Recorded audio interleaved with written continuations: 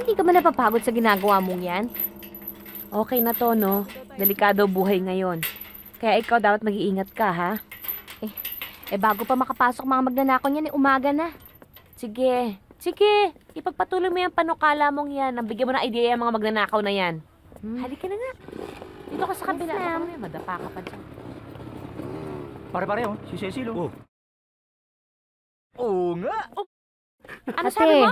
Wala. Kayo, pinagnanasaan niyo ba kami magkapatid, ha? Hindi ah. Si Talaga. Cecil lang. Baka naman pwede Siya lang. makiat ng ligaw. Hoy, kayong tatlo, ha? Ang kakapal ng mga mukha ninyo, aakit kayo ng ligaw na hindi pa nga kayo nakakapang toothbrush, ang babaho ng hininga ninyo. At saka pwede ba?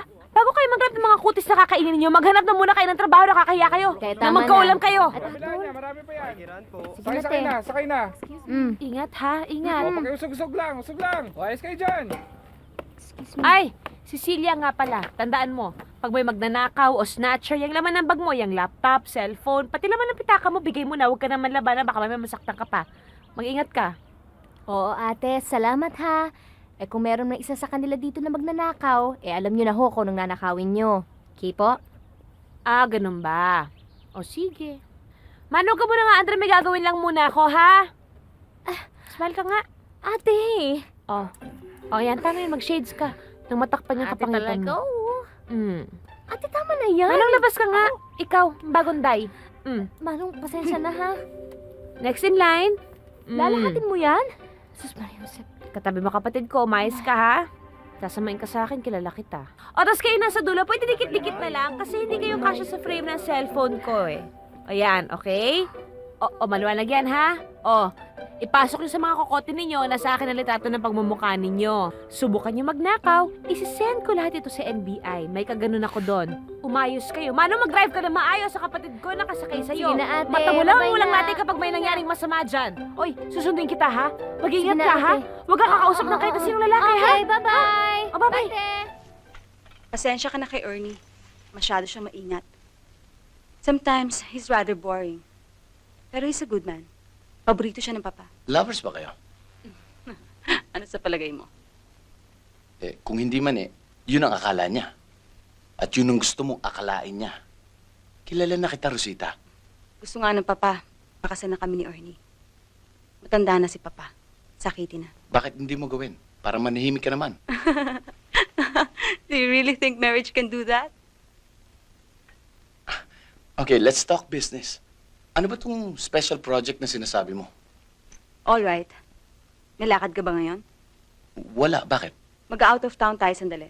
Malapit lang. May pakikita ko sa'yo. Huwag ka mag-alala. Babalik tayo kagad. Hindi ka aabutan ng mga pangil ko.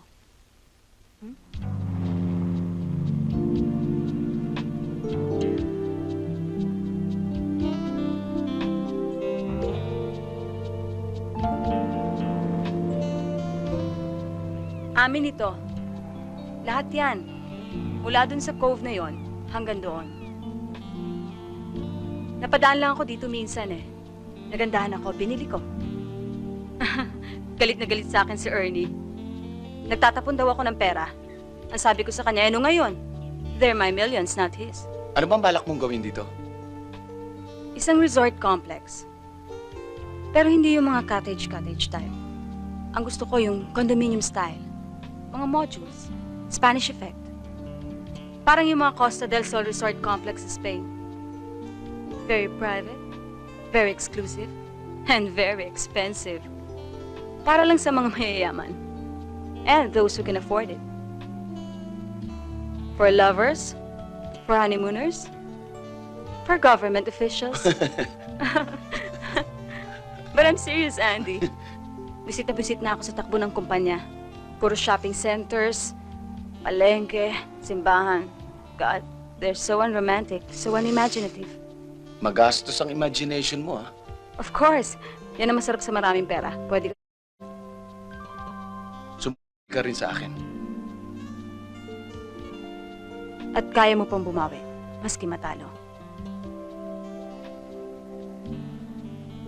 Kaya ko mamuhunan, Andy. I can afford it.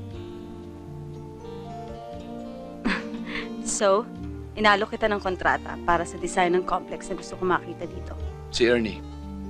Paano si Ernie? Sir Ernie, intindihin mo yung project dito at ako ang bahala sa kanya. Sa akin ka lang mananagot. Bibigyan kita ng opisina, staff, kahit anong kailangan mo. I'll pay you a salary, shares, plus a few extras optional. Strictly business. Strictly business. It's your show. Panonoodin na lang kita.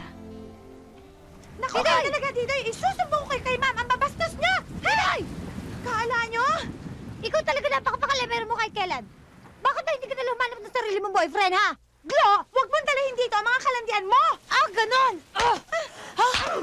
Sino mas malandi sa ating dalawa, ha? Ano? Mas malandi ka!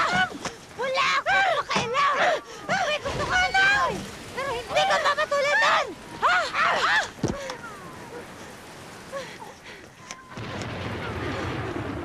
Manang! Hoy! Halika rito! Manang! Ano yan? Halika rito! Ano ba kayo? Tama na! Manang! Tama na!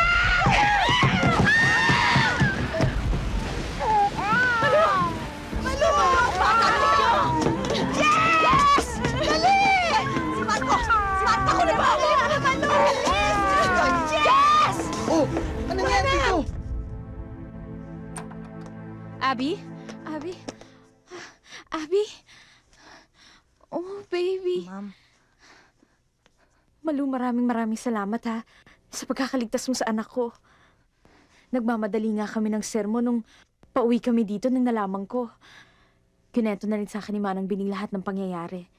Si Glo nasa ospital. Pag nakarecovering mo lang yung babaeng yon, sinasabi ko sa'yo, sa kulungan ng bagsak nun. Sabi rin ni Dr. Franco kung hindi mo daw nabigyan ng first aid ang bata, sigurado nagkaroon to ng shock from loss of blood. Eh, Oh, baby. yun nga ma'am kasi naalala ko yung bata dahil masyadong malalim yung sugat niya. Baka nga kako, nahihilo pa yan ngayon eh. Hindi. Okay na siya. You okay, baby? Right? Salamat, ha? Abby, promise hindi ka naiiwan ni Mommy. Honey, look, she's okay. She's fine.